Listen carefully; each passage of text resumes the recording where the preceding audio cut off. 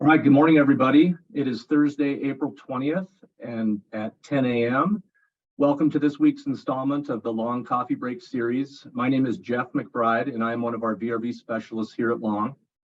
The subject of refrigerants has obviously been a hot topic as building codes look to move away from R410A and other higher global warming potential refrigerants. As many of you already know, R410A will be phased out of VRVF systems starting January 1st, 2026. So we have a little bit more time here in comparison to the other HVAC product types that are changing quicker than that. With us today is Tony Faxon from Daikin North America to talk about the future of refrigerants for VRVF technology in the United States. Welcome, Tony. Thank you, Jeff. Good morning, everyone. As Jeff said, my name is Tony Faxon, and I work with Daikin North America as a regional rep director here in the West. As we only have a small window of time, I would like to jump right in. The topic of this coffee break is the next evolution of refrigerants. Please be aware that this presentation doesn't cover all of the different aspects regarding the topic, but if you are interested, we could set up a longer meeting time for your offices to discuss the topic in greater detail. To begin, let's look briefly at the last 25 years of refrigerant history. Not long after the turn of the century, Japan and Europe led the environmental transition away from R22 and into R410. Soon after that, we saw the VRF and the mini-split system manufacturers begin to bring their technology over to the US market with R410. And then over the 5 years after that, the American manufacturers transitioned from R22 to R410. Chillers, rooftops, water source heat pumps, PTACs, and the like were all redesigned for the 2010 requirements. Interesting enough, we saw the foreign markets continue to move in the environmentally friendly direction as the first CO2-driven VRF system was released by Daikin in 2008. Although CO2 has a great potential as a clean refrigerant, the required pressures and the strict installation practices required made CO2 systems more complex to install. In 2012, Europe and Asia began to transition over to pure R32 as their next refrigerant.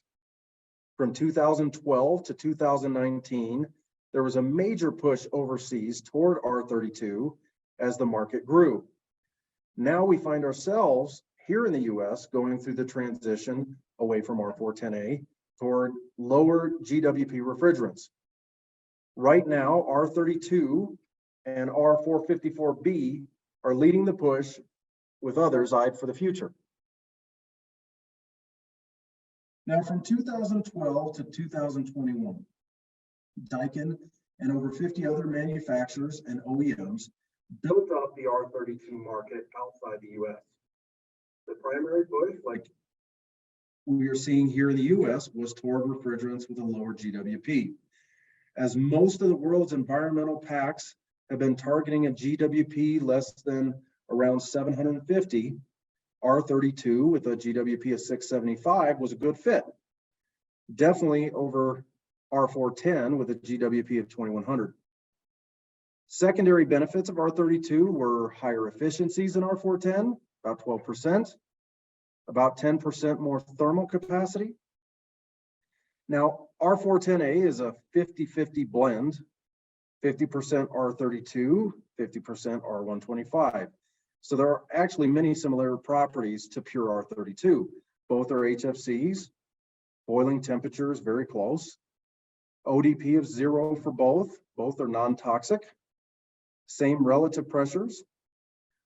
One cost, though, to pure R32 is that it is slightly flammable and is classified as an A2L refrigerant. So overseas, there were some code changes in those markets, like we are seeing here in the US.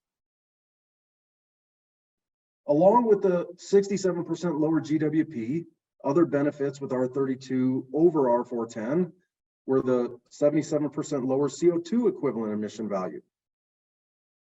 Performance in both cooling and heating were better, and the amount of charge on average was 29% less, which also reduced some of the pipe sizing inside some of these systems.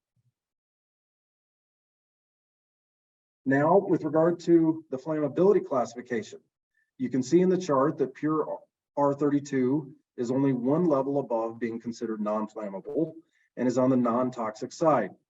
Ammonia here can be seen as an example of having similar low levels of flammability, but is on the toxic side of the chart. Another benefit to R32 was that it was not proprietary. Daikin had release access, so there were no active patents on the compound. Getting away from the blend that R410 was, realized the advantage of being able to charge as a liquid or charge as a gas. With no glide, there's no concern with reusing refrigerant or fear of refrigerants leaking at a different rate. Simplifying reusing and recycling the pure refrigerant over the blend can also reduce service time. Now, during the first 9 of the last 11 years, the R32 equipment market produced over 160 million systems.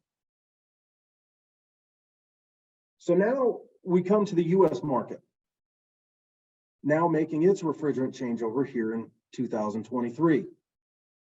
These are starting to look like some turbulent times, as instead of a single refrigerant to standardize behind, there are now 2 refrigerants that are being looked at. Both R32 and R454 are currently being positioned as the R410 replacements here in the US market. Now, like R410A, 454B is also a blend. It consists of 68.9% of R32, and then the balance is R1234YF. With the change to these 2 products, the following questions arise. What are the differences? Which systems will be affected? What are going to be the code changes? Now, as both refrigerants are A2L, low flammability compounds, addressing how that will affect the buildings is going to be important. Also, there are contractor concerns such as new tools, installation practices, storage and transportation requirements also to look at. I've been a little surprised myself to hear how the refrigerant rollouts have been beginning, as there have been over 50 manufacturers and OEMs that have a significant portion of their portfolio in R32 overseas. It has seemed a little strange to hear rumors of contentious dialogue regarding the 2 options being considered for this market.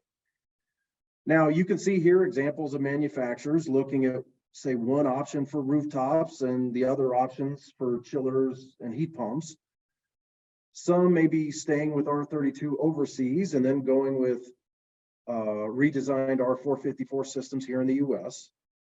Now, one of the things that goes along with bringing product here to the US, it's important to understand that, many of them have to be redesigned anyway when they want to bring them here because of US regulations that differ from the rest of the world, electrical changes, and even production requirements. So some are changing their approach in this market. This is definitely a time for education, as new codes will need to be addressed. And unfortunately, some may try to spread, call it fake news, to try to promote their products or their system types. Now, Daikin North America has chosen to continue with the R32 systems that they have been working so hard to perfect over the last 11 years. With the performance history and knowledge they have, being the leader worldwide in R32 products, it makes sense to keep on the same path. So some important terms that we need to look at as we try to educate ourselves on the different refrigerants. As I mentioned earlier, the refrigerant classification will tell us both toxicity and flammability, and relate these to concentration limits dictated by ASHRAE Standard 34. The goal with this evolution, again, is to get into refrigerants with a lower global warming potential classification, the aforementioned target of being below kind of the 700 to 750 range. And then also we need to evaluate the differences of single components and blends and pay attention to the differences between them. Other terms, looking at temperature glide is important. It's a term relative to the difference in the boiling temperatures for a refrigerant blend. The danger with a significant glide is that a leak could cause one component of the blend to escape disproportionately to the other components. This can render the leftover refrigerant unusable. Critical temperature is the temperature above which a pressure change cannot liquefy the refrigerant, no matter how much pressure is applied. Higher critical temperatures allow for greater heat transfer, higher efficiencies. As both of these refrigerants are A2L classifications, looking at the LWL, or the lower flammability limit, is important, as a higher LFL is desired, as it means a higher concentration of refrigerant would be required to actually create a flammable condition. Also, looking at lifetime emissions, which is the sum of direct emissions and indirect emissions, is important, as the value more accurately reflects the overall impact on the planet throughout the product's lifetime. So looking at this chart here, we can look at R410, R32, R454B, and then also there's information on another that was considered of R466A. So using R410A as a benchmark, we can look at the two options currently viable for the US market. Both have many similarities. Both are classified as A2L compounds. Neither are drop-in replacement for R410. They have similar flame propagation.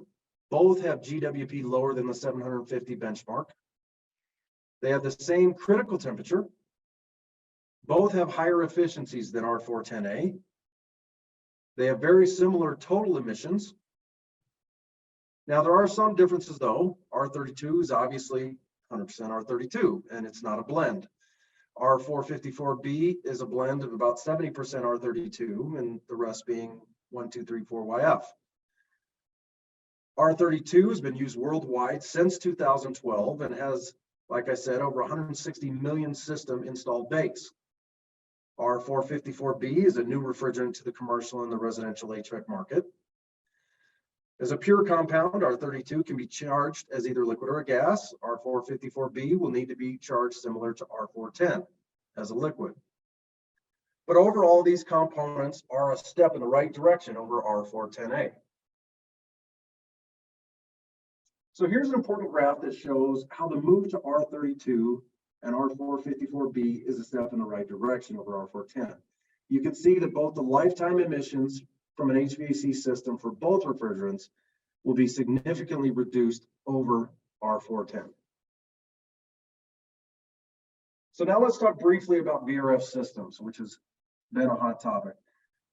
With the EPA's new rules, the refrigerant shift will be taking place by January 1st of 2026.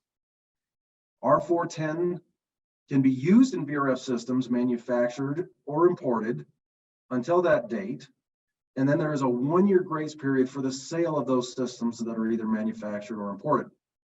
Now, building codes and additional regulations will need to be adopted by then. Hopefully, we can all work together to get it done much sooner. Now, with the new refrigerants, ASHRAE Standard 15 is a very big deal. And there is a significant evolution occurring significantly over the early versions. Obviously, the early versions of ASHRAE 15 took account allowing for 26 pounds per 1,000 cubic feet of space in a VRF system filled with R410. You would take and you would look at the entire charge per system and compare that with the smallest spaces. And as long as it met that, it was acceptable. Now, the latest version of ASHRAE Standard 15 was drafted in the fall of 2022, and it has taken many steps toward what will end up being a final solution, but there is a significant amount to do. Now, here's where some of the turbulence comes in with regard to looking at ASHRAE Standard 15. With the new versions, it is expected that the refrigerant limit for R454B will be 3.1 pounds per 1,000 cubic feet and 4.8 pounds of R32 per 1,000 cubic feet. So when you compare that, it's significantly different than the 26 pounds per 1,000 cubic feet of R410. Now, some clarification is going to be required. The expectation is that the method for calculating is going to be different moving forward. Instead of looking at the entire system charge, the use of refrigerant monitoring systems that will possibly control refrigerant shutoff valves that end up being built into the system and that the refrigerant calculation will no longer be the entire system charge, but the amount of charge that flows through a specific zone for a time period. Thus, in theory, if a leak were detected in a zone, the refrigerant monitor would detect it. It would then control a valve, close and shut down that branch. And thus, with these mitigation factors, they're looking at talking about doubling those 3.1 and 4.8 pound requirements. And that would definitely allow for a seamless way for the new systems to meet ASHRAE Standard 15. I want to thank you all for your time today. If you have any questions, please contact either Jeff McBride or Andrew Schmidt at Long, or you can contact me at Daikin. Thank you very much. And I just wanted to say, as Tony mentioned, as this refrigerant discussion evolves related to VRV F systems, we'd be happy to come and schedule lunch and learns at your specific office. So please reach out as this continues to evolve throughout this summer. We should have a lot more information coming from Daikin as well that'll have even further guidance and clarifications. Appreciate you all attending.